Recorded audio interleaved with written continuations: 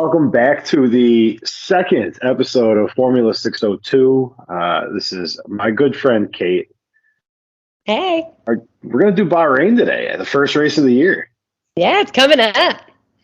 So I have to warn you, Kate, I have now done research, and I might be able to carry a conversation about F1.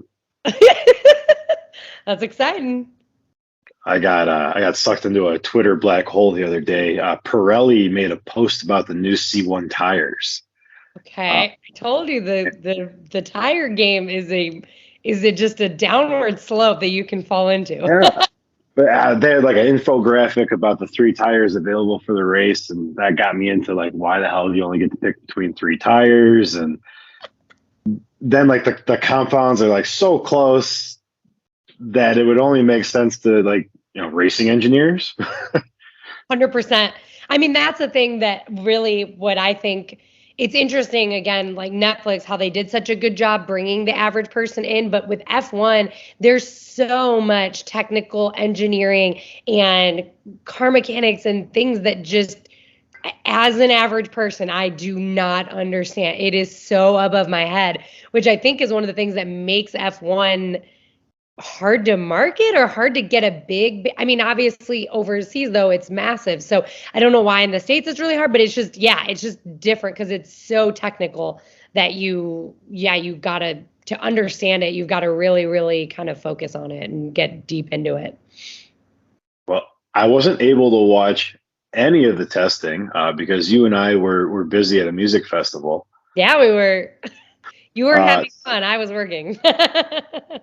I was hoping to catch something, but when there's other like actual live sports on, I just didn't take the time to go back.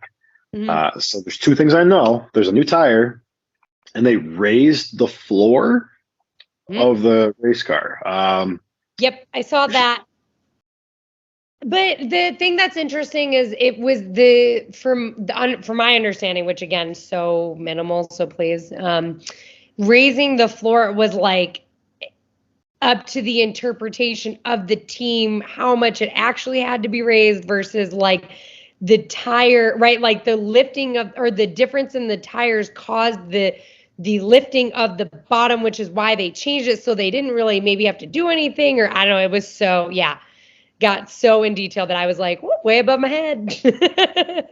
So, I mean, please correct me because I'm sure I'm wrong, but like my understanding is that like NASCAR stock cars are identical, and it's really like driver skill. And it really seems like F1 is more of a team thing where you do have skill of the driver, obviously, but the way you set your tires and your car and your clearance seems to be a bigger piece of F1. Is that fair?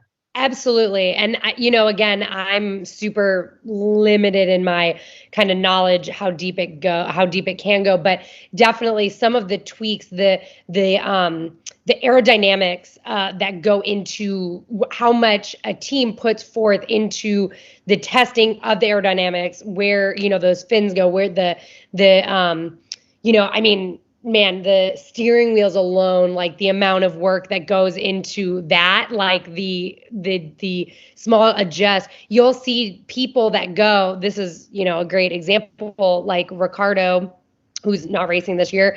But he went from Red Bull, where he was a top contender and was like, I don't want to be number 2 to someone, went over to a McLaren car and is now out of F1 within 2 years because the cars are so drastically different that even the drivers can't adjust. One, you may be amazing in a Red Bull car and you go to drive an Aston Martin, for instance, and the way that they handle is so drastically different that you can be a non-contender, which is so fascinating to me because you're totally right. Like NASCAR, it's like get in a car. The difference is minimal, from what I understand as well, but much different in F1.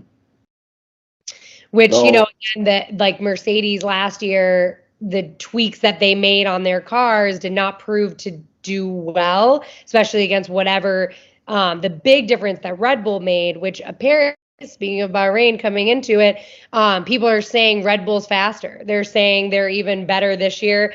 Max Verstappen is saying, like, I'm ready to win this one and all of them. Like, he's coming out hard. There's some really interesting people that weren't necessarily big contenders that they're talking about this year may come up, may have a lot of play.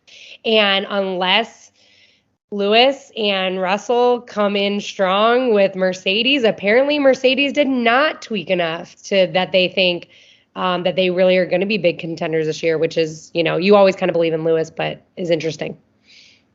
Yeah, it's been interesting reading up on the perception of the drivers and the perception on the public, and just really coming into it blind, right? It would be like if you'd never seen an NFL game and hearing, well, the Chiefs are just so much better than everyone else, without really having the context as to why. So Right. all the research I've been doing, there's a big three, and then maybe Aston Martin's right there behind them, and then there's just this drop off. Yep. It's like, Absolutely. all right, so I'm excited to see how it plays out on the track, right? Because if you're a dark horse before the season even starts, and recent history tells you that you're not going to win if you're not one of those big three teams, it's to me, it would invoke a different strategy on the track itself. I don't know if you're just trying to get points, you're trying to finish forward in the pack so you have a shot at the podium at the end of the year, or what. But I'm very intrigued to see how it plays out in qualifying and then how it plays out on the track. Yeah, I mean, you'll see there's definitely some like Pierre Gasly, who went down as in the second team for Red Bull, right? The feeder team. There's oh my gosh, I cannot think of his name. Oh my gosh, the Asian guy. Shoot, I can't think of it. It'll come to me.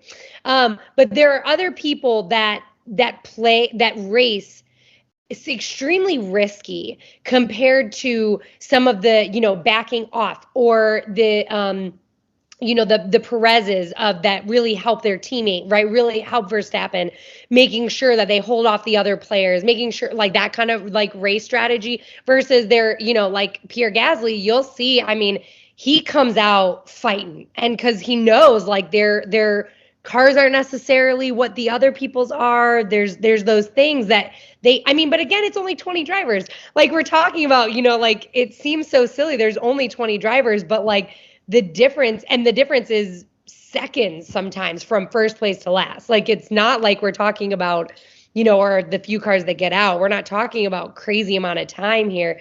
So the difference in being gutsier, going fast, like going in those turns harder, or out, or being more risky. Like you see a lot of those teams that are further, like Haas, that just push their drivers try to push the envelope more than you see Red Bull or Mercedes doing. Now, not to say that those obviously Verstappen and the things that I think that Lewis does to get his team higher up in places, is wild to watch. They're such phenomenal drivers because they'll go from 7th to 1st, which again can happen because the difference between 7th and 1st is not that far. But it's amazing to watch for sure.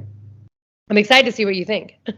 Yeah, I was reading up on race strategy because that's game theory is real big for me, and I'm reading it. I'm like, God, this sounds like Tour de France nonsense, where like sometimes your B driver will go out in front to see how the weather's impacting the track, and they'll radio it back to the other driver, and sometimes they're drafting off the back to save fuel, and like, okay, all right, I can start to get into some of that. So yeah, I'm excited to see how it plays out. And there's the things that I like, it makes me laugh.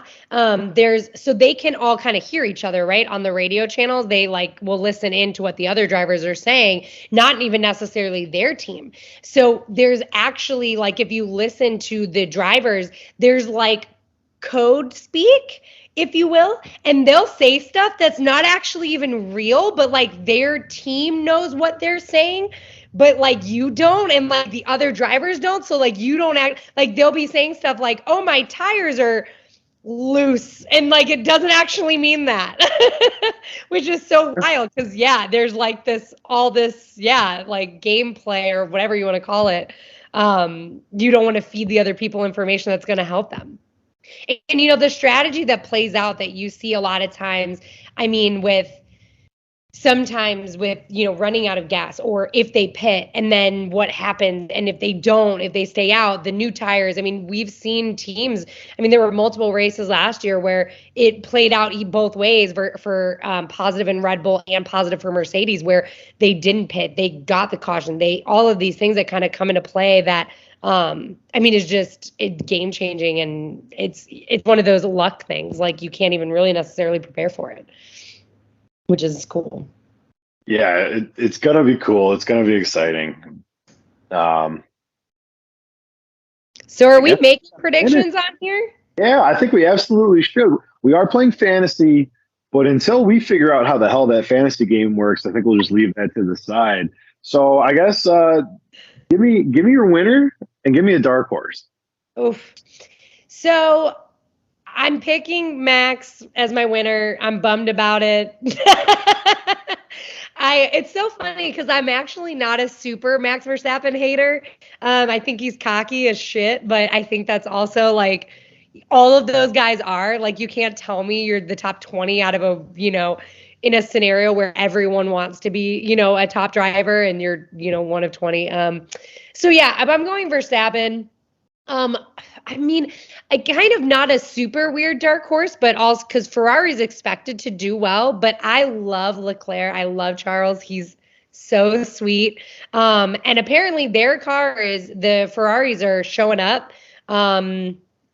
Yeah, and I mean, yeah, apparently Aston Martins are also doing good. So, but I'm going to stick with my dark horses, Leclerc to win. I want Leclerc. I would love to see him at least podium, get top 3 this year. That'd be great. Yeah. So I also have Verstappen. Thing I read or saw made me think that he wouldn't be the pick. The money sucks if I'm looking at bets. Yeah. I think my favorite bet was Lewis Hamilton to podium at like 2-1. It was plus 190. Okay. That felt like the best bet that I saw. But my dark horse, if he races, is Lance Stroll. Okay. I like that. He apparently hurt himself in a bicycling accident and might not even race or something weird. So yeah, I heard that too, but I didn't know it was actually that he would be out. So you know more than I do on that. Yeah, they're saying that if he is out, they're going to go with they're going to pull up the kid from F2, but they're not saying he's out yet. Yeah. So that would be my dark horse. Those cars were flying. Everyone was talking so nice. So yeah, that's fun. Yeah, I mean, it's going to be so good. These races are definitely going to be interesting because, again, it's the thing to me is I'm interested to see what difference from last year was with last year, the way it ended, no one could touch Red Bull, right? Like, he won 17 of the 22 races. I think it was what it was. Verstappen did. I mean, no one could even touch it.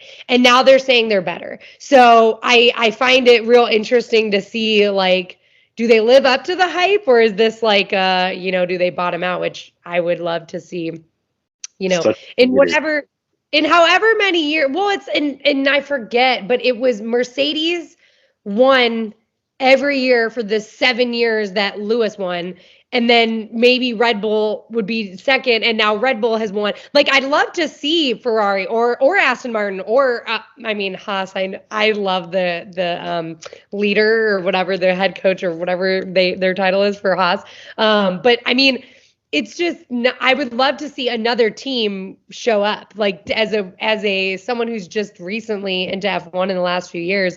I'd love to see it not be the two teams that always win, but yeah. I mean, yeah. Well, fingers crossed, maybe on the shot that F1 needs to mix things up a little bit. Oh, there it is. This is it. We're the big change this year. So Bahrain qualifying and the race are really, really early. Arizona time this weekend. Actually, they're not too bad. I think they're like 7 a.m. starts, so that's not too horrendous. Me and my friends do viewing parties. We'll go over to each other's houses at 6 a.m. and have breakfast and watch the races, which is so ridiculous, but also fun. Last year we did it for my birthday. My friends threw me like a surprise birthday party, and there was like 10 of us that watched the race and had breakfast, which was really nice. It was super fun. I Yeah. think I'm going to be solo or with my dad on this one. This is dead ass in the middle of our spring training bonanza. Yeah. So we have things to do Saturday and Sunday, but the early start, I should be able to watch all of qualifying and all of the race uninterrupted. So I am very excited for week one. Yeah. And hopefully my drivers win, you know? Yeah, for sure. All right, that's Bahrain, guys. Next week we'll have kind of like a recap-ish. We won't probably go too in-depth, but talk about what we saw and what we liked. And then, we're going to get ready for Saudi Arabia.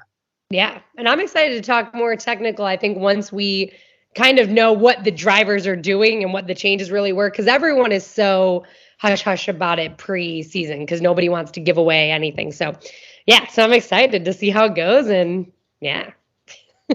I'm fired up. I'm ready for it.